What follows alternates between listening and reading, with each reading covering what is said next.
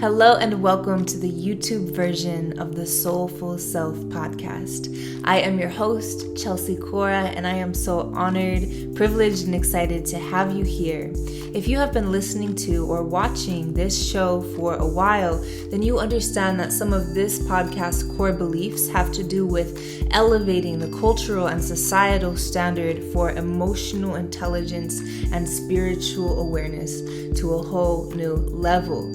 And if you agree with these values, if you hold these values in your own heart as well, I would love for you to consider helping this channel and this message grow, reach a larger audience by liking this video, commenting below, and subscribing to my channel.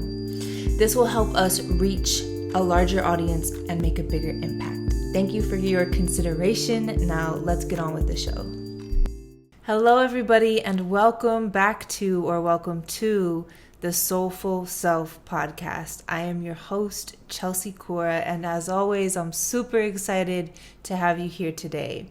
Today, I am welcoming a very special and unique guest by the name of Rebecca Alexander onto the show. Rebecca is a personal friend of mine and also somebody who I would consider a spiritual colleague. Rebecca, among many things, is a special needs educator and parent support coach. She is a spiritual seer who is blessed with several gifts, including the gifts of clairaudience and clairvoyance. She is also a Black woman who was born and raised in Texas throughout the 80s and 90s and holds a very unique perspective when it comes to the issue of racial trauma in the United States and what needs to take place in order to coordinate its healing. In today's show, Rebecca shares with us her journey around learning how to embrace and accept her spiritual gifts after being told her whole life growing up in the Christian church that they were demonic or wrong. She also shares with us a spiritual explanation and perspective of what it means to be a being who falls on the spectrum of autism. She also discusses some ways in which spirituality can be deeply mishandled in the hands of mainstream religious culture, as well as her passion, vision, and purpose around supporting Black mothers and their sons. Today's conversation is very robust, inspiring, diverse, and full of passion. So without further ado, let's welcome Rebecca Alexander onto the Soulful Self podcast. All right, I am so honored and privileged to be here with my friend Rebecca Alexander. Rebecca, welcome to the Soulful Self podcast. How are you today? Thank you. I'm well. Awesome. Beautiful. So I'm going to kick things off today with an icebreaker question that I ask all of my guests, which would be to describe a little bit about your upbringing and cultural background, whatever you care to share. Upbringing and cultural background. Well, like most Texans, I'm a little arrogant. I'm from Texas. Start with that. So my people are from the South, and we grew up in the Bible Belt. I have learned that I'm called a millennial. So I'm a 70s baby, and everything that means. We did church 3 days a week over here in the 80s. I was raised in predominantly white congregations. And at the same time, my mom was a singer. So we traveled. There's probably not any denomination I haven't been to or any religious temple I haven't been. So I would say that set a pretty very unique foundation that still shapes my worldview. Okay, well, thank you for sharing. And I want to know more about your background with spirituality, because I know that there is a difference between religion and spirituality. And I know that a lot of things that you and I connect over are more in the realm of spirituality. So Yes. Can you talk about your journey with that? Man, that is a continuing journey. Mm-hmm. It continues to unfold or be peeled back like an onion. Well, like I said, I was raised as a Christian in several mainly it's Church of God. But because my mom sang, we visited many different denominations. And so she herself was in college my entire childhood. And so I really did have the benefit of going through her college books. She really was into us experiencing every culture that we could. So I grew up going to Cinco de Mayo was as important as the Chinese New Year's festival, as was important as Kwanzaa is. She wanted us to experience everything. So we were constantly in museums. We went to the operas. She sang opera. So she allowed, well, I should say that was an environment where that curiosity was fed and nurtured. So even though we were Church of God, which was extremely conservative experience, can't wear that red lipstick, the women in the buns, we were coming out of that. They started getting more liberal where you still couldn't wear pants, we were coming out of that. You couldn't really be excited in church. But my mom, on the other hand, wanted us to experience a lot of different cultures. So with that being said, a lot of those books, apparently she took courses in world religion, a lot of history courses, because I was very curious and started reading about some of those stories. What else was going on as far as spirituality? My mom tells me, I don't remember, she tells me that I had invisible friends. She says that I had people that I spoke to, first and last name. I would introduce her to these people. I would have long conversations with these people. And I was about to go to kindergarten. I was 4 turn 5 kindergarten. So I was 5 turn 6. So she was really worried. She was like, oh my gosh, what's wrong with my child? And I think coupled with that, I used to have these really horrible tantrums. So she was afraid that I was going to go to kindergarten and have that same behavior. I just remember being very comfortable in my inner world. And my inner world was comprised of singing to myself, doing drawings and art to myself. And when I was interrupted, I hated leaving it. My house life was was unstructured, not judgment on their part, but they were really young and had their own struggles and own traumas to deal with. But it was chaotic at times because they didn't know how to process their own issues. And so I preferred that world. It was a really great place to be. And if I had people I was talking to, then hallelujah, because well, the problem is that according to her, I don't know if it was because I was talking to these people or the tantrums was bad that she really thought I was getting possessed. And so she thought you were possessed? Yeah, she thought I was even possessed. And she took me to the altar. So it was not safe to express that way, to be that way. That's the message that I remember getting. It just wasn't safe. I mean, like I said, I was growing up in the 80s and the 90s, and the entire culture was different, right? We were paddled at school, the neighbors could paddle you. That was just how things were done. They were coming out of, right out of the civil rights movement. And Texas, a lot of cities in Texas didn't integrate into the 80s. So it was like, you have to follow directions. You have to follow directions right now, or because something could be happening that endangers your life. So spirituality to me, I think, has always been a big part of me because of those discoveries, those experiences, those internal things about me. But I learned very quickly that wasn't welcomed. That wasn't welcomed everywhere. Yeah, I think that's really important and interesting how you bring up the idea of having invisible or imaginary friends, quote unquote, as a child, in terms of talking about your spiritual experiences, because I think in mainstream culture and in Christian culture, especially, that's not seen as a positive thing, or maybe not even seen as a spiritual thing. So can you talk about what that means to have invisible friends as a child?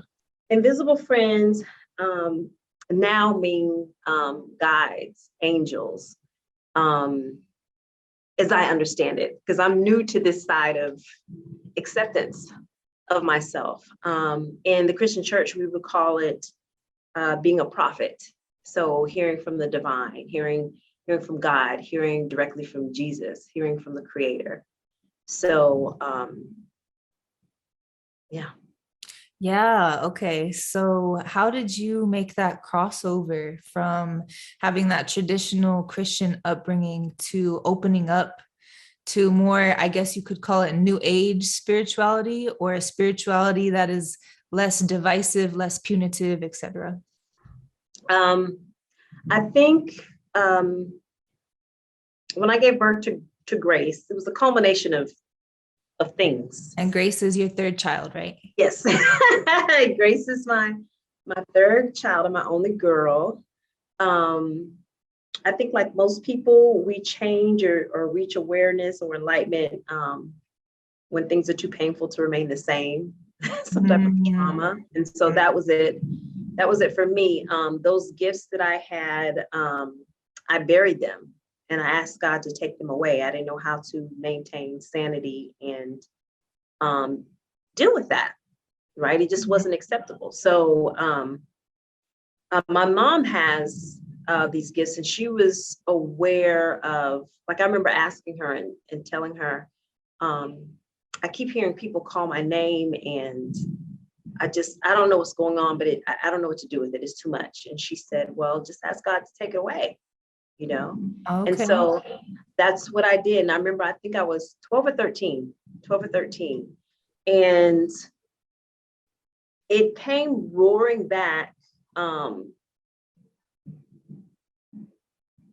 when I gave birth to Grace. Okay. Grace. Mm-hmm. And how would you describe these spiritual gifts exactly? I've always heard music. Clairaudient? Mm-hmm. I've always heard music in my head, and I thought everybody did. So I didn't see that as anything fabulous. But when I was pregnant with Grace, it became more enhanced.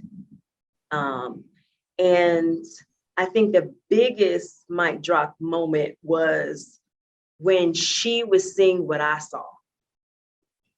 Because I'd been able to say, that ain't nothing. That's coincidence. But when I would see something in my mind's eye and she saw it, she didn't see it in her mind's eye. She saw something right there. Wow, with her physical eyes. Yes, with her physical eyes. I just want to say that's super powerful because children are very connected to that realm. They're very connected to the spiritual. The veil is very thin for them because it wasn't long ago that they came from that spiritual realm and incarnated into the human that they are now.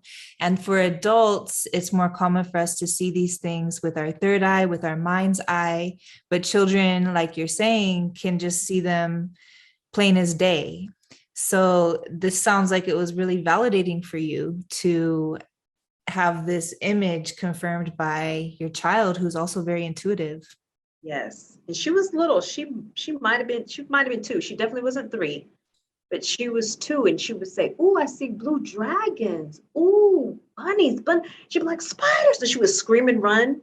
So that started to become her norm, and I was like, "What the hell?" Now I wasn't seeing all that, but every day seemed to be an event, and a lot of things were, her dad at the time, she could tell us when he was coming. Daddy's here, Daddy's here. Like, no, he's not. Daddy's here. And 10 minutes later, he walks through the door. And that started to come like clockwork, like the norm. She could predict his arrival and when nobody knew he was on his way or coming or, yeah. Okay. Wow. So what has that been like, raising a child with intuitive gifts? That has been a challenge because that has forced me to own up to my stuff. Yeah. And I think that might be universal for any parent or anybody in any relationship. When you have someone who's experiencing something, and it's a trigger, or it resonates with you, it forces you to deal with your own issues around that thing. So it forced me to really like, oh man, like I remember this, or I didn't want to remember this, or something's bothering me and I don't really know what. And then it would come to fruition. So yeah, it was difficult at times. Yeah, that does sound difficult, because it's like forcing you to confront all of these things that you have stuffed down for so long, that you've been taught to stuff down, and allow it to surface and begin that embrace. And I have a couple of questions about that. But first, I want to ask you to clarify. So when you're seeing images, things like a fish or spiders, or these kind of abstract images, right, that in our physical reality seem almost dreamlike or random, how do you interpret that? How do I say? Well, I literally see you know how you see JPEG images when you search Google Images? Mm-hmm. That's how they look in my mind. It looks like a bunch of JPEG images. Okay. So and I didn't know. Now that I've always had in my life. I just didn't know. I thought that was just having a good imagination. I didn't know that was a real thing until I started seeing things come to pass. Seeing things in my mind exist years later. Okay. So it's taken me a minute. And not only that, but from my Christian upbringing, I was taught that all this was called witchcraft. I was taught that all this was called divination. This was wickedness. This was soothsaying. This was sorcery, like a million names. Blasphemy, right? All blasphemy. So I in no way wanted to be associated with Satan. So all the things that were happening to me, right, were maybe because my heart was wicked. I didn't understand. So there was no way I was going to make that link on my own. Right. Because it was evil and I don't want to be evil. So did you have to confront the idea of being evil when Gracie was born? Oh yeah. Yes. Okay. So yes. So based on my Christian upbringing and based on my own guilt and shame, I had a divorce, and I tell my sister, at least, I chose at 39 to rebel. So the first time I was having, she was my first child out of wedlock, right? All these terms. So in my mind, this was part of rebelling. So I was like, what am I doing? And maybe this is the manifestation of, right, my sin. Wow. So yeah, I was deep. I had a lot to deal with. Who they say I am versus who I say I am. And I didn't have a voice. I didn't have a knowledge base of myself. I was only who mom said I was, who dad said I was, who husband said I was, who pastor said I was. I was still trying to figure out for myself. Yeah, that makes a lot of sense. And so only until you had Gracie, how old were you? I was 39 in 10 months when I had Grace. Okay. I turned 40 right away. So in my mind, I was all out of alignment. I was all the way wrong. I was like, but now I see that in order for... Yeah, I was wondering what that was. It sounded like thunder.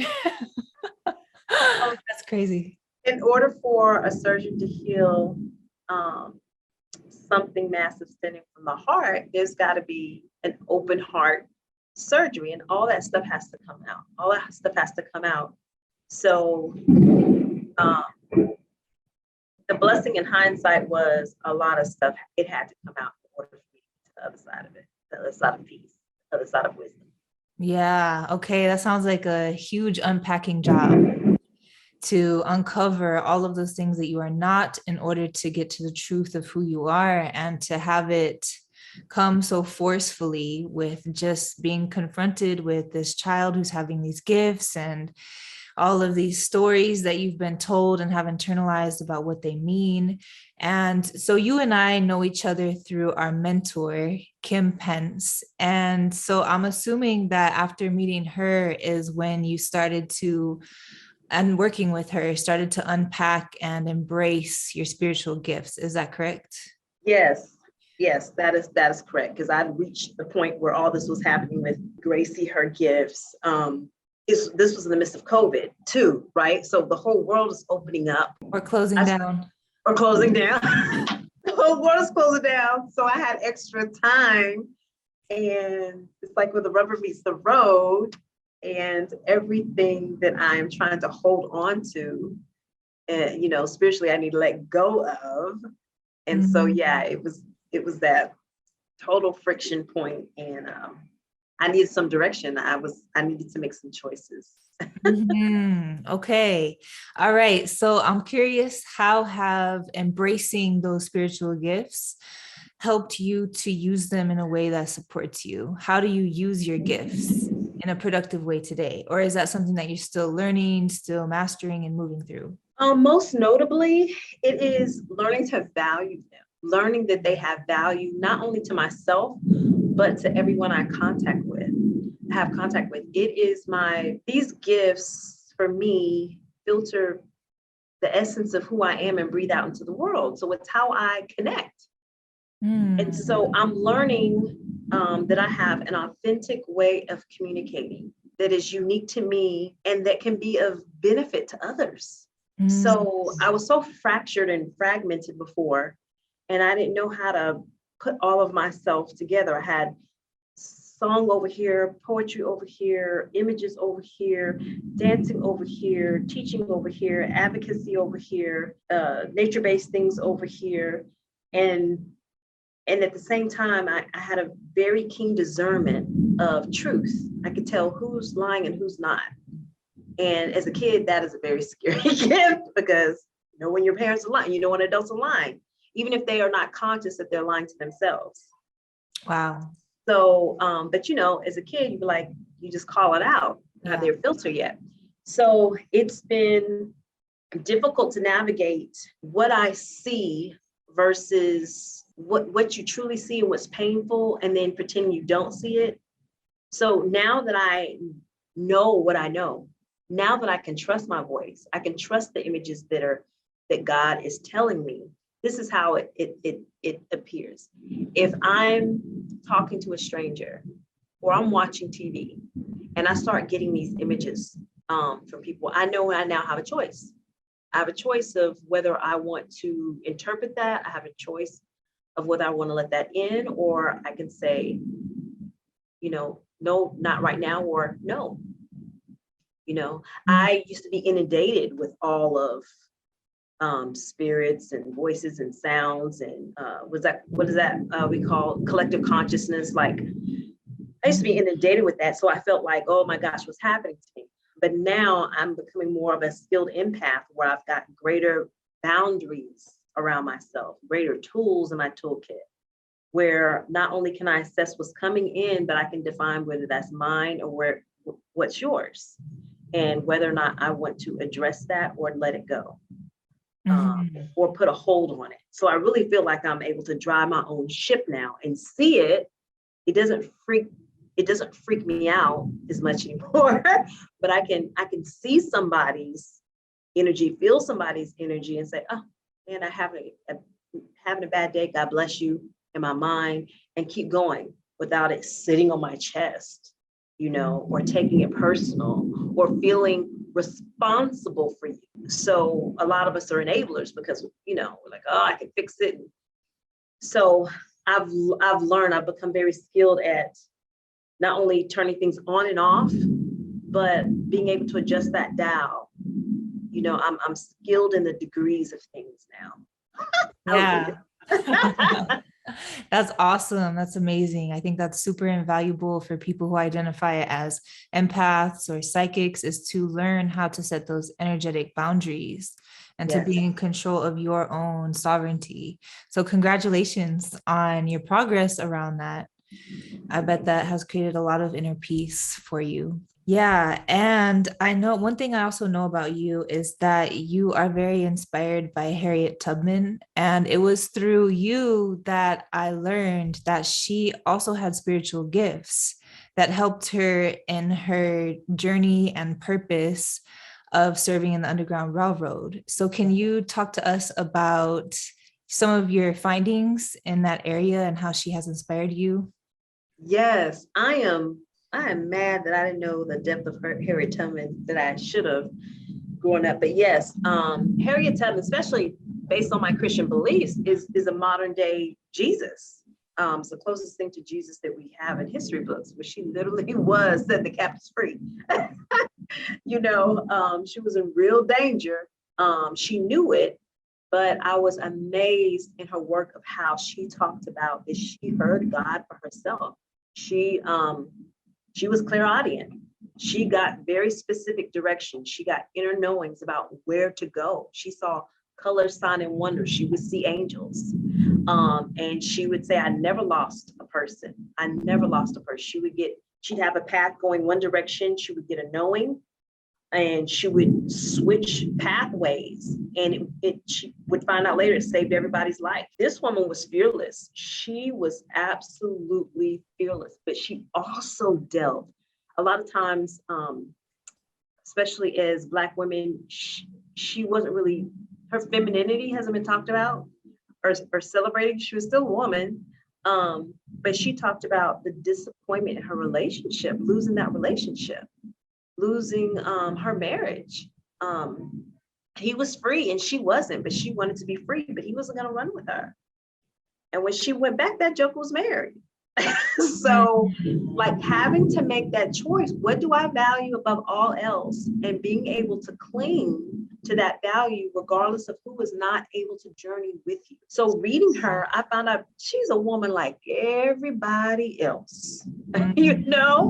She had to make those hard choices. She was a wife, she was a daughter. I thought the most poignant thing I learned is when she got to freedom. She said she got to freedom there with, was it a brother who made the journey with her, if I'm correct? I have to fact check me with that. But when she got to freedom, right? Like we're trying to get to some mountaintop usually. When I do this, when I do that. She said when she crossed this invisible line of freedom and she got there, she was looking for people to celebrate with her. And she realized, what's the point of this if I don't have people I love with me? So part of the reason why she ended up saving many more people than herself, because she was going back to free her family, because she needed community. And along the way, her people were like, well, what about me? Well, what about me? And so she started, but first her pathway was listening to herself, understanding that herself could hear God for herself. So she was meeting her own needs. She said that she heard one of the masters on the plantation say something about, I'll have liberty and now give me liberty or give me death. She knew that saying then. And she said, well, death is almost a certainty where I am. So I better have my liberty. So in her mind, it was like, God, I know God promised me death, but I'm gonna get this liberty. So I'm just like, wow, I don't know how or where she got that from. Because she didn't see it. She didn't see it anywhere else. It had to be internally. But from then, that woman heard God for herself. She validated that she heard God for herself. And then she took action. And not only did she take action, but she went back and faced real fears, not like just, I got social anxiety. It's a real thing, but I'm just saying most of us aren't being chased with hounds and dogs, guns and stuff. That's all I'm saying. So, but she knew her value and her worth. And it didn't stop there. More of her story was about when she was around, it was some crazy story that she was up north and she found out that some slavers, right? They passed that law that you now get a slave anywhere. You couldn't just run up north. That's why they were going all the way to Canada, because you can get a slave from anywhere in the United States. So people were running to escape. And when she found out this young man was in the house and the slavers were coming to get him, she fought like a dude. She fought like a dude. She just got involved. And we were saying, none of your business, you free and take care of yours. And she was like, that whole thing that Martin Luther King was saying, a threat to injustice anywhere is a threat to justice everywhere. That was her mentality then. And she was taking blows. She was taking physical blows. It wasn't like she wasn't hit. It wasn't like she wasn't slapped. It wasn't like she took all of it at all times. But she was going to be free. And if she found out somebody else had a chance of freedom, she was going to do her best to get in there too. And I thought, wow. Whatever that is, help me find that in me. Yeah, that's beautiful. I love that there's so many lessons wrapped up in that, right? From understanding that she was contacting God, that God was showing her images and that she could trust them. And you mentioned that she was going up against these fears, these very real fears, yet she was fearless. And I recently learned that the opposite of fear is faith, right? So she had that knowing, she had that faith that eradicated probably a lot of the fear that any other person might have been paralyzed by. So yeah, thank you so much for sharing. You know a lot about her story and just who she was as a woman. And it makes sense that it has been inspiring for you and all of us really in our journeys, but definitely I would imagine in embracing your spiritual gifts, right? Yes. Yeah, that's powerful. Yes. Okay. So aside from having spiritual gifts and all of the spiritual things that we have discussed, you are also an educator. And I was wondering if you could tell us a little bit about that. Yes. I currently teach a life skills class in the special needs education department. And these days, life skills, at least where I am in Harris County HISD, has been autism on a developmental level. They do have different programs for that, but my program is pretty much mixed. So you see students needing to connect in different ways, right? And in that environment, my kids can be verbal or nonverbal, and they can have heightened sensitivities to light or sound or touch. So it is a interestingly spirit-led class. It's spirit-led because I realized in that population, they too, like children, like smaller children or dogs, seem to be very sensitive to the spirit realm, very sensitive. So if there's somebody that, or me, if I'm having a bad day, they're really not going to fool with me that day. And they're not going to be shy about it. Like if I'm grumpy or there's just something going on with me, they'll retract. In fact, I had one student, the correlation was she used to come and she used to check my pulse. She was nonverbal, but I know she would come and and every time she did that, I calmed down. I always kind of took a deep breath, and she would just do that and she would just kind of walk away. She come back, she kind of walk away. And I was like, I'm good now. I'm good. So it's like they can sense and assess the room. They can. They depending on the student, what we do every day may have no value to them. Like rote reading and writing may not hold value to them. So I think we're ushering in a whole new sense of being with this population. It is not in their constitution and makeup to pretend, to lie, to make do. They are who they are. And if you try to conform them, there is hell to pay for everybody involved. Just not going to do it. Wow. Yeah, that's really interesting. So viewing autism and special needs from a different perspective and seeing it as beings who came into this world with heightened sensitivities to the spiritual realm. I think so. I do. Yeah, I've heard that as well.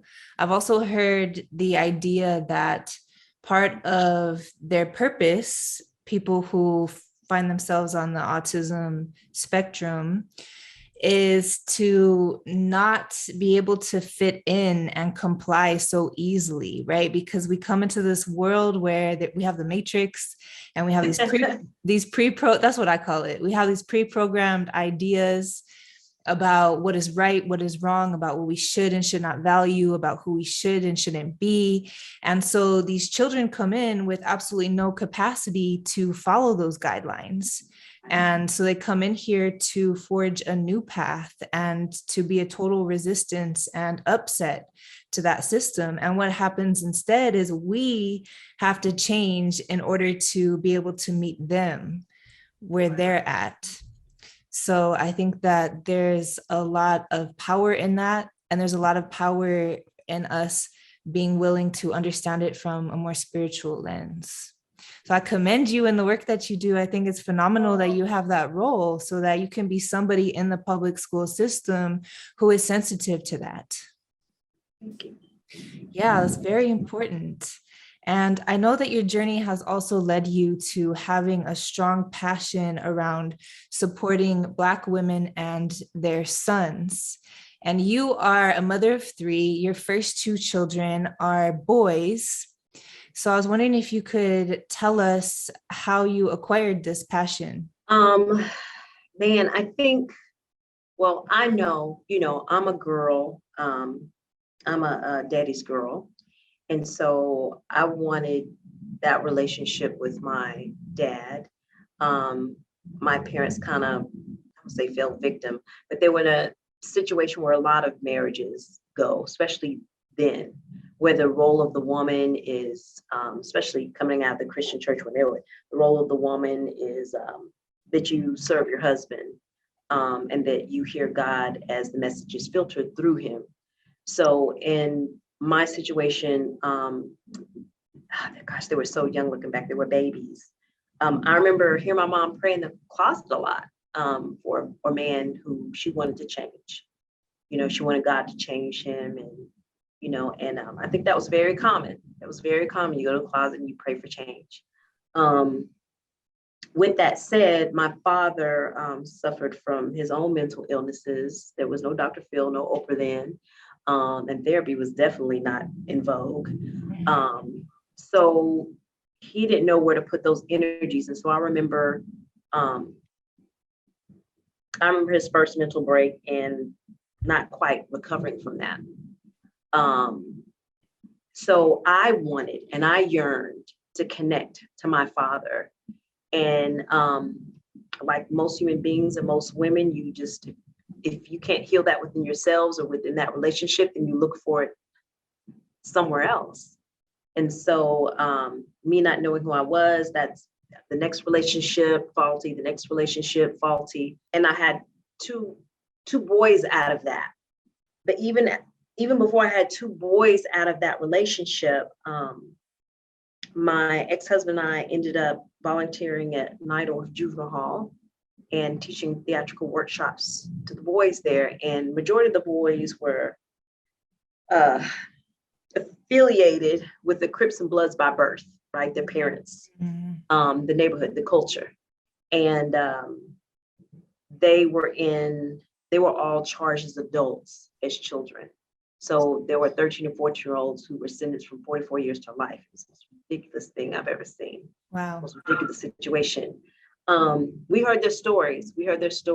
And most of those boys had come from, had special needs or were in the cracks, right? Most of them end up being medicated as a result and just unmet needs, right? But how's a boy supposed to meet his needs when his mother isn't able to meet her needs because perhaps she paired with someone based on her unmet needs, So it's like this cycle. And by the time I had my boys, I realized, oh my gosh,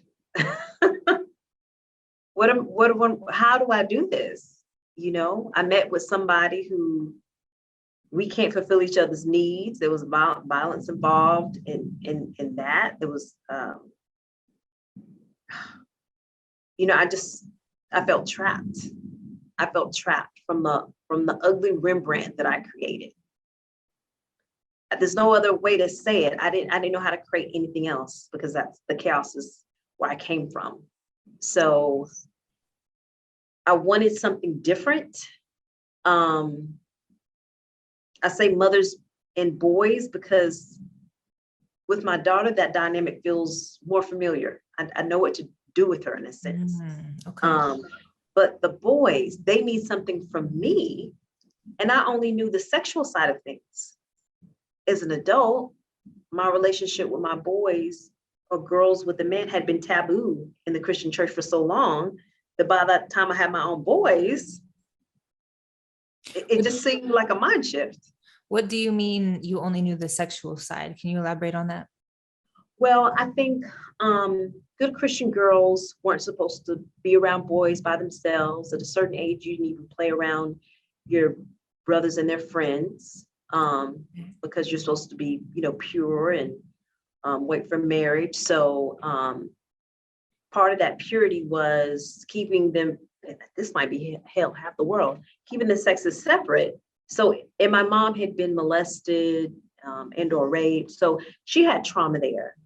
So I didn't really know what to do with the dynamic of me and my sons and their needs. I didn't want them as a single mom after a divorce. I didn't want them to be mimicking me. Now, that's probably sensitive in this climate, but I needed them to find their way and I needed to find my way. Mm-hmm. I needed to be feminine. I felt a little bit more masculine than I needed to be because I was constantly hypervigilant, protective mode. I was always ready to go to war. So embracing my femininity was, after I was a girl, I felt like that was showing weakness. And as a female, without that male present, I didn't feel whole enough because I was under the mindset of, well, I need a man in the house. What am I going to do? I don't have a man in the house. A woman can't raise a man, right? These are all cultural norms. Mm-hmm. This is like a normal thing for women to think. I was raised that, the message came from the man to the woman and now I'm divorced. So I felt broken. Mm-hmm. What do I do with them? So yeah, I didn't have answers. I had to get a lot of answers. I did a lot of searching. And what was that process like? What kind of answers did you find in that search? Well, what I came to know, like Oprah says, what do I know for sure? I know for sure that the only requirement is for a person to be whole. Okay, can you say that again? Oh, the only requirement is for a person to be whole. Yeah, that's beautiful. Whole. My sons needed a whole human being in the house, not two traumatized people. Okay. They didn't need half of a thing of a man. They needed mama to be healed and whole. I realized that what was happening in the single women household was not that there was no man, it's that you have a wounded warrior.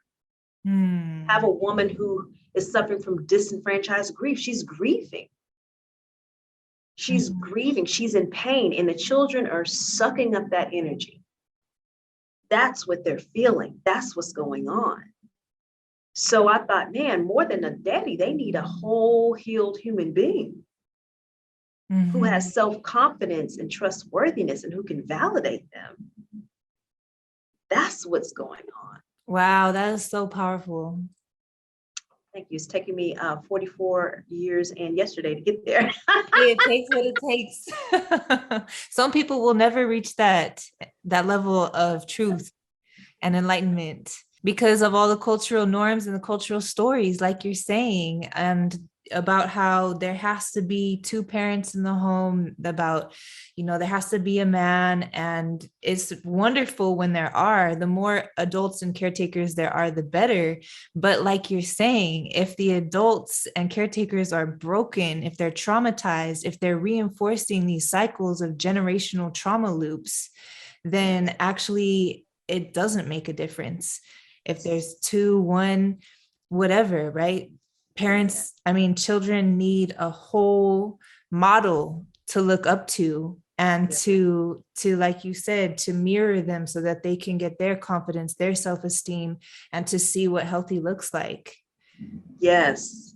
Now, support is key. I'm not saying that you need support systems, right? The parenting, everybody knows you need support systems, but at the end of the day, you need to be on the pathway to being, you need to be aware of your brokenness so that you can get there. I think that's the key. And unfortunately, the way the Christianity that I was raised in, the woman's not built to be whole. She's only half of something that needs.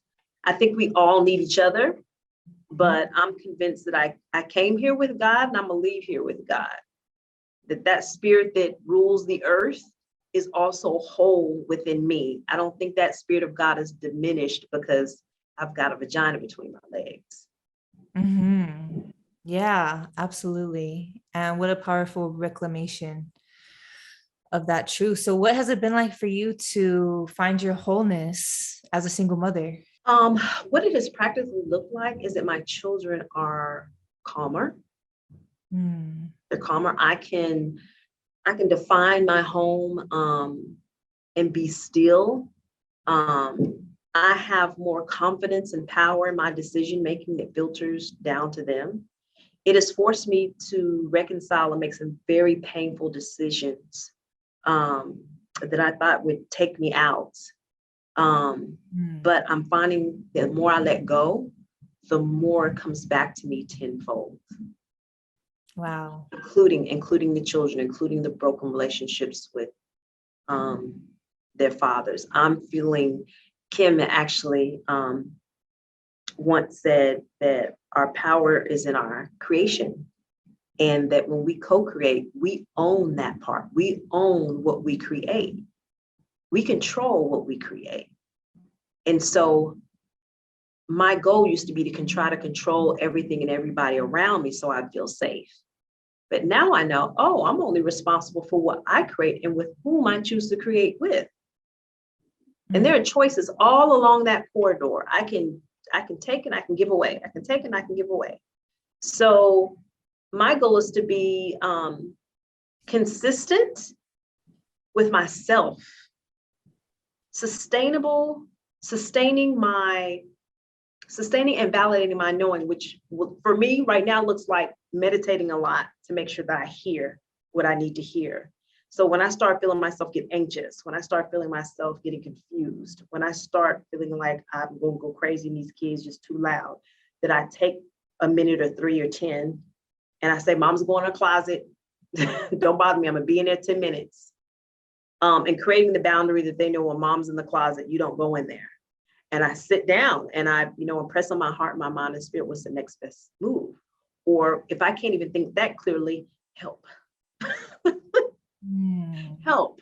And giving myself permission if I need to cry. And dealing with it as it comes, not allowing things to build up, but being aware enough to say, I'm really pissed off. I'm really pissed. I'm really angry about this. Oh, I can't stand her. Oh, I hate what she did. And then once I meditate, it's usually like, well, it's because you probably do the same thing. And then I have to do my own mentions. Yeah, that's so powerful. To just take that time out for yourself and to meditate. And like you said, I think that we can go unconscious, especially those of us who have a lot going on in our lives, especially single parents, right? We can just go through the motions of life. Like, okay, life is one big, long to-do list. We're just trying to get it done. And it's actually never ending.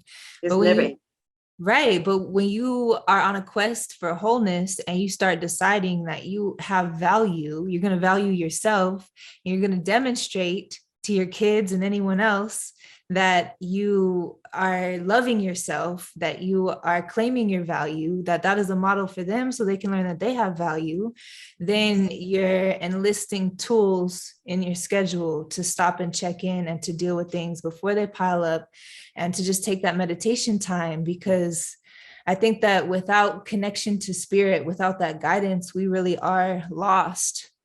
Yeah. And you can even use that to address or explain so much of the malady that we experience on a societal level in our world, which actually brings us to the next topic, which I wanted to ask you about spiritual abuse.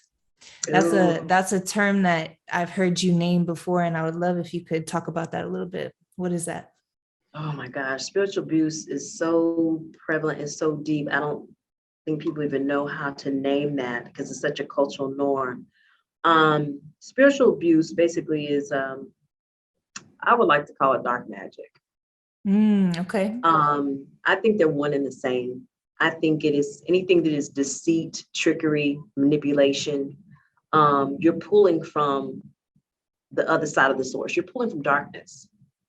The crazy thing about my gifts that I was terrified of is that I would be accused of being a witch or fellowshipping with witches but I started to listen to these podcasts of and YouTube videos of people discovering the dark side or demonology or warlocks and wizards. And they were talking about how they were attacked by the devil. And when they described those incidences, I was like, oh, I've gone through that multiple times. Like what? Multiple times. I remember when I was, especially in high school, I would have these horrible dreams. And my dreams, so I'm gonna start with 2 chapters. I would have bad dreams, okay? And then there was the astral projection after the dreams. But I would have these really bad dreams of I was being chased and being murdered, and I was always killed. It's always crazy stuff.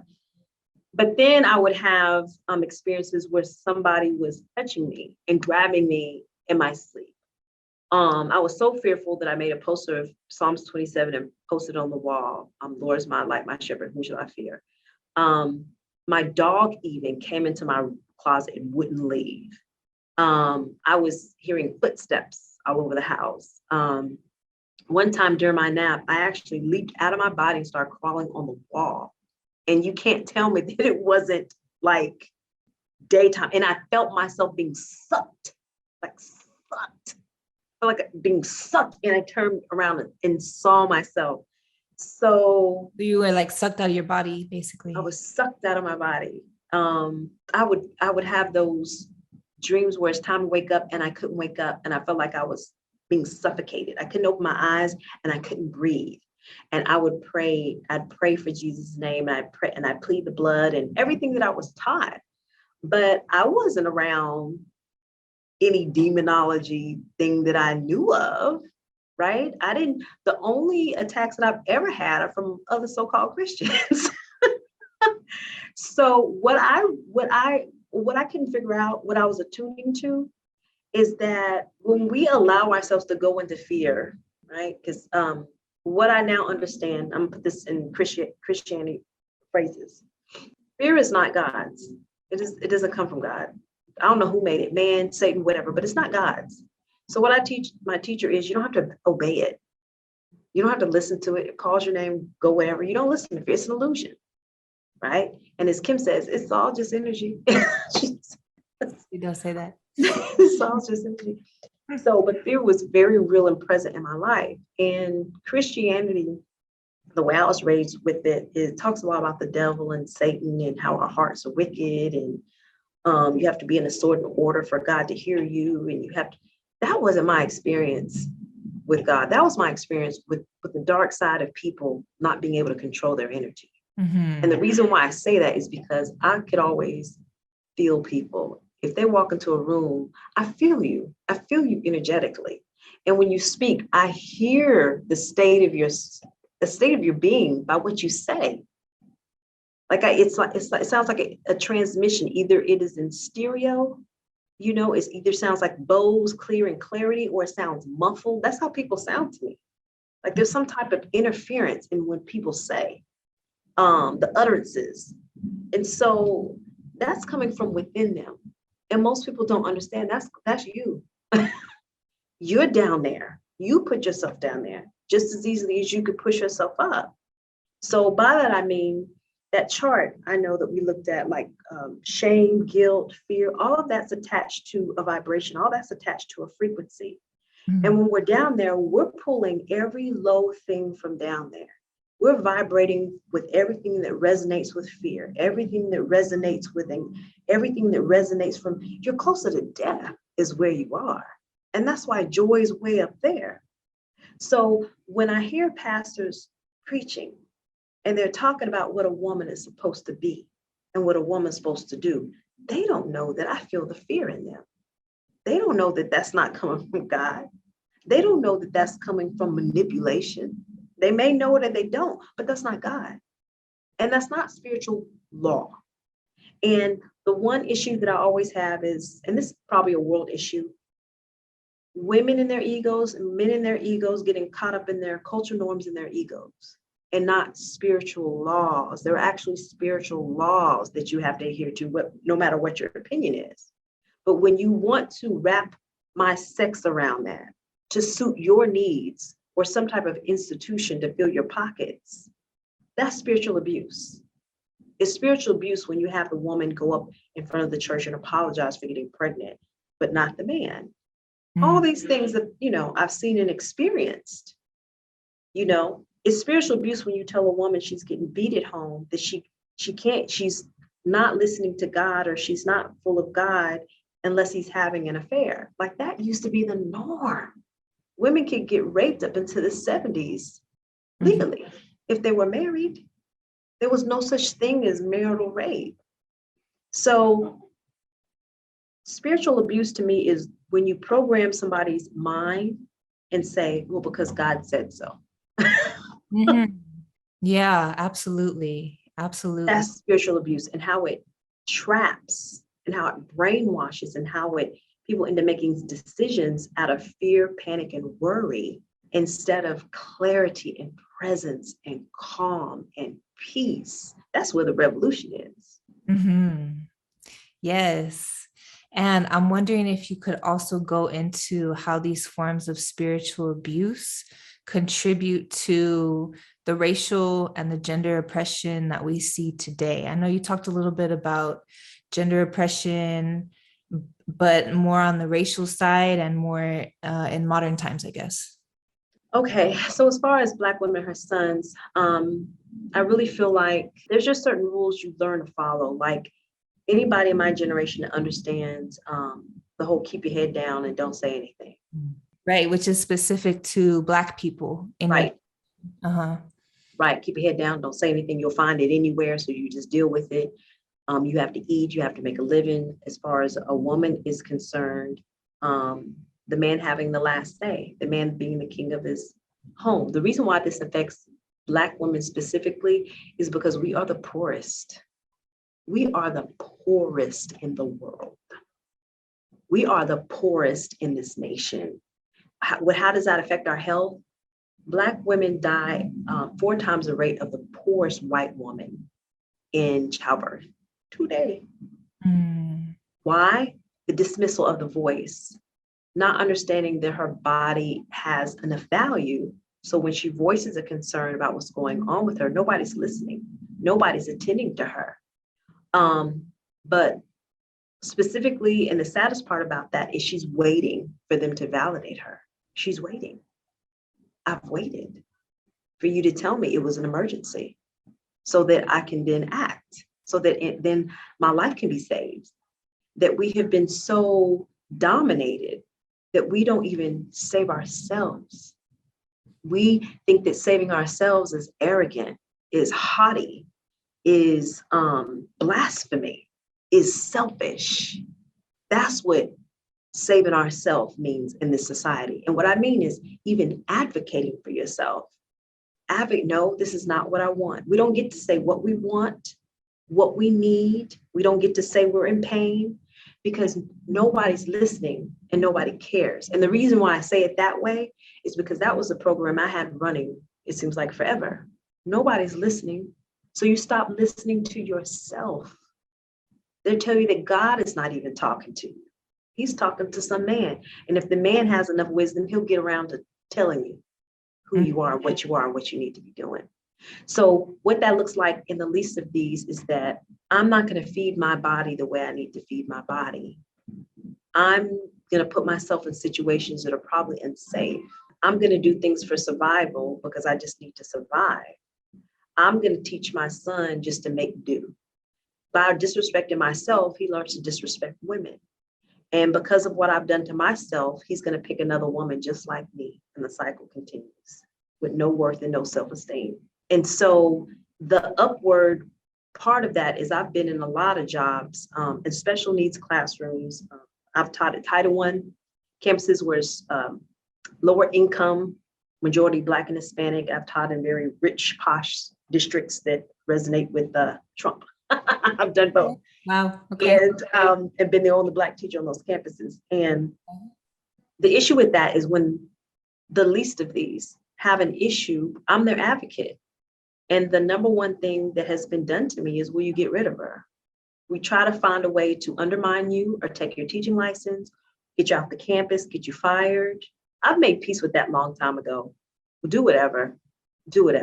But because of how I've been treated, I've learned to be very passionate about not allowing children to be treated the same way.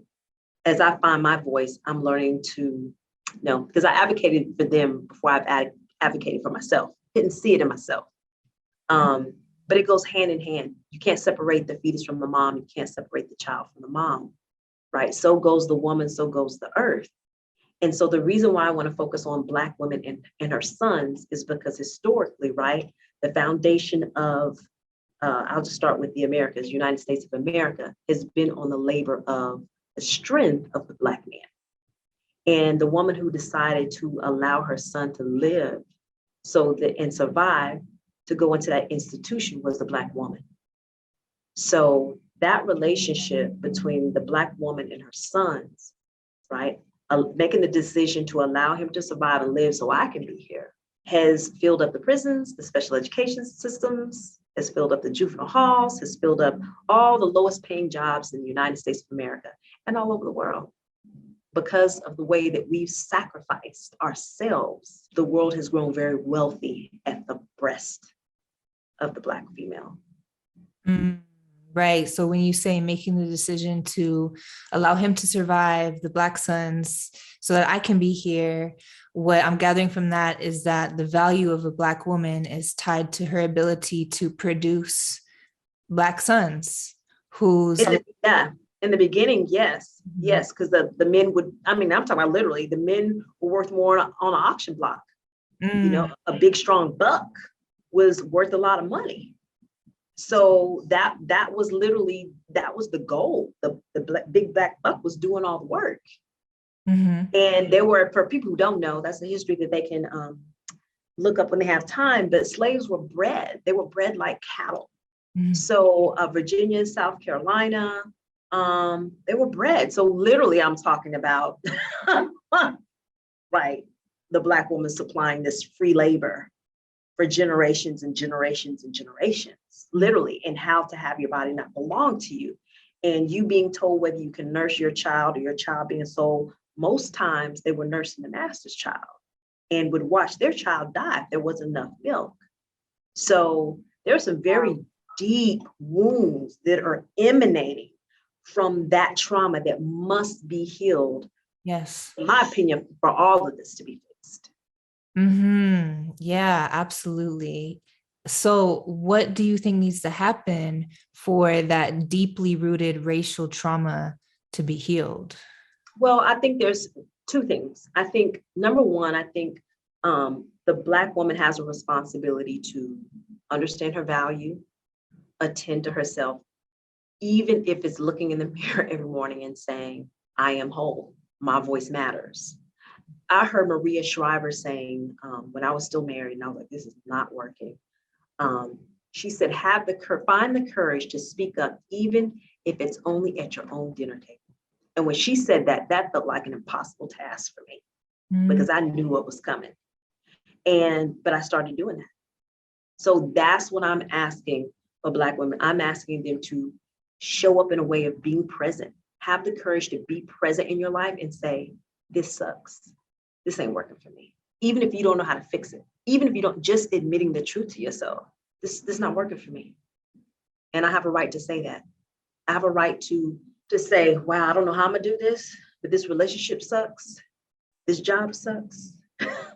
Because we've been taught, well, this won't last forever. We have so many mantras to get us through our suffering and to come into the knowledge that God didn't call us to suffer. But suffering is ours. That's part of our culture, our suffering. But it's not God's. God didn't give you that. So recognizing that some of these cultural norms we have are just residuals from being slaves, starting there with herself. And for those who are like, what can I do to help her? Honor Throw honor in a Black woman's way. Throw honor, recognition. What does honor look like? When you are walking down the street and you see a Black woman, even if she doesn't respond saying, hello, because oftentimes we're not even seen. We're not even seen. Starting there, listening. If she's saying something, listen to her. Acknowledge in your own closet, in your own mantras, her suffering. Acknowledge that. Acknowledge what she's done for this country, what her grandmothers and grandmothers have done and continue to do for this country. During the pandemic, when most of us were off getting these paychecks, majority of Black women were not. We're in service jobs, holding it down yet again. Yeah. Dying. We're the most diseased. We're the poorest. People keep saying things are better. You look at those statistics from 1965, things have gone backwards for us since the civil rights movement. Black women are filling up prisons too. So that progress, it's not what you think it is, because they're not counting prison populations. So just being aware, getting in the know. If you have a Black friend, begin monitoring, ask her, is there something I say that's offensive? Oh, and please don't touch our hair. Okay.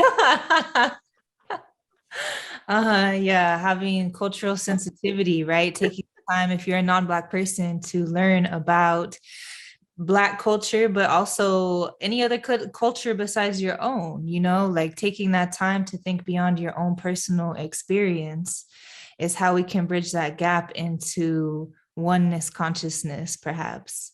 But I love what you're saying about the first kind of protocol that you outlined, which is Black women, they themselves deciding that they have value, right? Because you said something very interesting to me the other day, which is that we have these systems of oppression in our society, but also on the individual level, we are, whoever you are, wherever you fall on the line of oppression, right? You are agreeing subconsciously, unconsciously to that system. And it's like the story that you were talking about, your own personal story about waiting for someone to tell you it was an emergency, waiting for somebody to validate your experience, right? It's never going to happen unless you're willing to validate your own. And this is just a universal principle. Yes. If you want to be seen, start seeing yourself. If you want to be loved, be accepted, you have to give yourselves those things first. So it might have started as this external phenomenon, which most trauma does, but as we move through the repercussions of that, it's simply an inside job to remedy. Would you say that's right? Yes, and to also expect the pushback. I don't want to say expect it like you're not trying to manifest it, but there is going to be some discomfort and pushback. When it comes to me and my sons, the cops have been called, especially my son, who was experiencing at one point really humongous emotional disturbances. The cops are called on us twice. When I had, our bodies are just not seen as valuable. I understand that if to a Black man and woman in an altercation, nobody's going to see her as a victim. Our bodies don't get the luxury of being victims or feminine or like we need help. So I'm saying that regardless of how anybody else sees you, see yourself that way and proclaim it to yourself that way. Because at one point, because the pushback that I was giving myself was, well, that's the way it is, or that's the way. We're creating our own world. And we are acknowledging ourselves in the universe. Okay. So when I say that, I mean, bump whatever's going on in Washington, bump whatever's going on your street. Give yourself that validation. Give yourself that power. Though opposition may come, we are still who we are. And give yourself permission and get support to hold that expectation. Not on the Edmund Pettus Bridge, right? What Martin Luther King was doing out in the streets. And I'm not saying that is not possible, but I'm saying when everybody gets tired of marching, you still have the inside work. That work has to come from the inside out. At the end of the day, it's your internal strength. It's that internal strength. And I don't care if they decide to shoot me dead. That's okay. I'll either get you from the other side or I'll raise up, maybe these seeds can go forth to raise up some other people. But it's that internal strength. So I want to just give a shout out to my ancestors, because their agreements literally have allowed me to be here, right? They played the long game. And a lot of them decided to be slaughtered and killed along the way, right? Harry was still running and getting, people made different types of alliance and agreements in order for me to sit here that don't just involve voting. I'm talking about your humanity. I'm talking about your right to exist, your right to be. Everybody agrees and understands facts. The Black woman was the first bearer of children on this earth. Okay, that DNA still runs through the veins of everyone here on this earth. I'm saying that it is our responsibility, Black woman, to still tend to this earth, still tend to our needs, because the code of humanity still runs through us. So we are still valid. I don't care what they're saying on TV about monkeypox or whatever new thing is happening. It is still our responsibility to recognize our God source and generate what we want to create, whatever we want to create, and align ourselves with people who believe the same thing. I believe that today we are manifesting, and by religious folks, the Bible says you call things as though they were faith, like you said. I've had more manifestations in these past 2 days than I ever have. I mean, like some crazy stuff. Yes. Exciting. Like I wanted some bikes for the kids, and I was going to get a kitchen for Gracie. And so I went and got the cheap $35 kitchen, and the woman had the 3 bikes. And I learned to be specific with God and saying, well, like new, so like new. So brand new, girl. I want to hear brand new next time. But there was a helper, my best friend, she's like, may your helpers find you. So there was a woman who helped me take all this stuff to get there. And the woman who we helped had just gotten divorced, and she needed validation. She needed some sisterhood. So we prayed with her, and she said, what church y'all go to? And we said, honey, we got this. We're not even in a church. I said, the church is within us. We grew up learning, but I've been fed, I've been nurtured. This is church. And I think that's the point of this. Jesus didn't come to raise a building. He came to fulfill prophecy and raise up the people, And he didn't exclude women in doing that. And he definitely didn't exclude her sons. So that's what I'm saying. All this is just a fulfillment of a prophecy long overdue. But that has to include the female that chooses to bring and tends to humanity so we can survive and live here. So it's got to be balanced, right? Right now, the masculine and feminine is so unbalanced. We're getting back to balance. And with that balance means that Black women understand that your image, the way you are, matters. Let me break that down a little more. In the 80s, it was hard to find people who look as chocolate as me on TV. And when I did, she was usually on crack, she was missing teeth. Those symbols were going out. And Oprah was the first brown-skinned woman I saw on TV every day. My daughter, even though she's 4, she still deals with, why don't I have Elsa's hair? Why am I dark? Like Disney going through this. Yes. So the models and the pictures, it's hard to imagine if you live in a world where everything is modeled after you, that if it's not, you wouldn't see the difference. So the fact that I can be in a space and there's a lot of Black baby dolls and there's music that I like, and not only that, but when I'm in the store, I'm popping to that music and it's not a big deal. Because Black people do things a little different. We do things just a little different. We're gonna have church in the barbershop, we're gonna dance in the barbershop, anybody can come and sell you some in the barbershop. Like there's lots of things. There's never been a gender issue in the barbershop. Flamin' Leroy was coming to the barbershop, okay? Transgender Louis was coming. Like all that has always been part of our culture. It's always been, everybody's been in and accepted. Okay, the piano player has always been gay. All right, in the Black church, whether what I'm saying? Like this has always been the stuff going on in our communities. So, but the thing is for the Black woman to recognize her voice and assert herself. Don't agree when people say, oh, yeah, there needs to be a man in the home. No, there needs to be wholeness in the home. And how do I get some? That's what I mean by that. Don't let people subconsciously peg you down like that. Don't peg yourself, oh, I'm kind of ashamed. I just had this baby. Don't peg yourself down. Lord, how do I become healed and whole? How do I make my children healed and whole? What do I want to do? Instead of saying, well, that's too expensive. Well, maybe it's not. Lord, have my helpers find me. So there's a different way that we have to speak to ourselves, empower ourselves. What it goes for our allies is, if you see a Black woman, check your thoughts.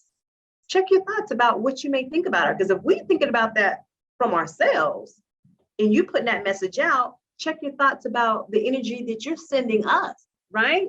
The way you might be thinking about us gives energy that comes back to you, not in a good way.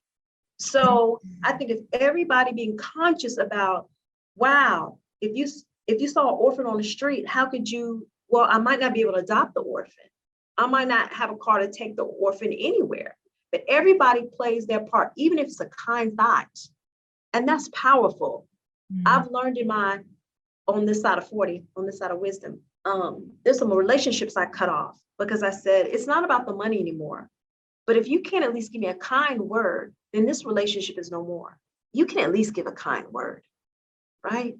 Mm-hmm. A kind word, a kind thought is all it costs you. That's it. And you might not even say anything, but send somebody a kind word, a kind vibration, something. If you can't do that, then pray for yourself so that maybe one day you can. But right now, there's a lot of negative things out there about females, about Black women, about a Black woman with a bunch of kids. We know that Roe v. Wade just passed. And if you haven't been around through this whole cycle, what happens is when Republicans get into office, they start cutting welfare benefits. So then you have a whole bunch of women with these babies, and then they're not getting assistance. And then they start blaming them for having babies and not having jobs. And then there's programs like welfare to work that ends up passing that forces the woman to go to work. And then she can't tend to her kids, and that fills up the prisons. So I've been long enough to see this cycle, and now I see it coming again, but in a worse way. So I'm saying, never mind that, because they're going to do what they do. But let's recognize the humanity in one another and support one another. Black woman, learn to speak up. Learn to speak up and say what you need. First, know what you need and know that you deserve what you need, and find people who will respond to your need. That does exist. I didn't think it would exist, but it does exist. And learn how to accept people's help who don't look like you. Yes. Okay. Well, thank you so much for sharing.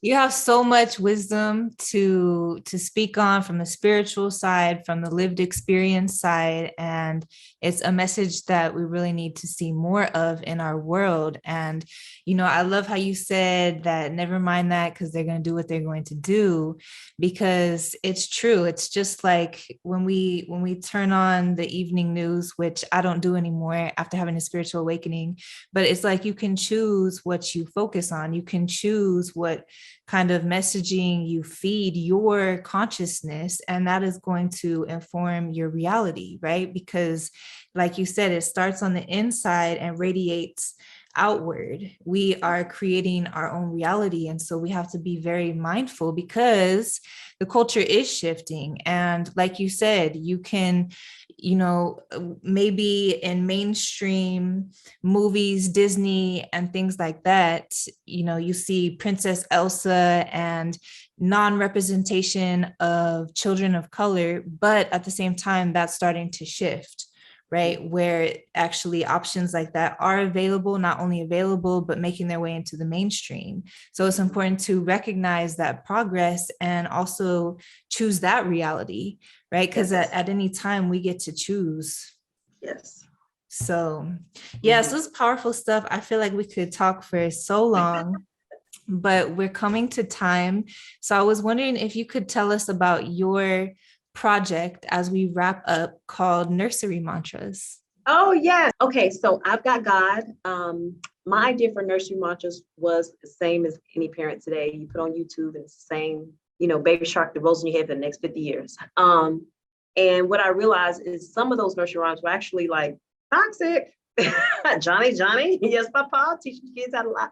Wait, what do you mean teaching kids how to lie? Can you? Oh, Johnny, okay. I'm sorry, because this ain't your world, right?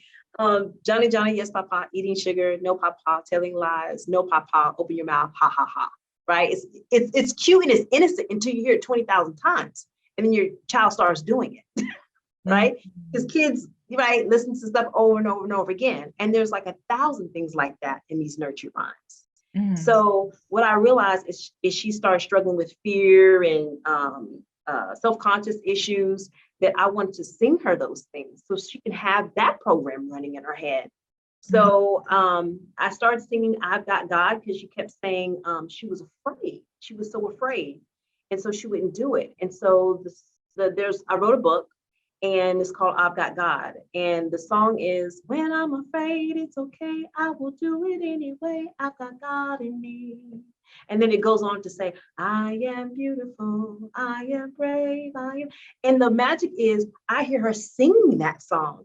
And then more magic is, I'll hear her telling somebody, I am brave, I am beautiful. Oh, that's awesome. So it transcends. Wow. And that's just what we just moved off of, which is what you feed your consciousness manifests, right? Yes.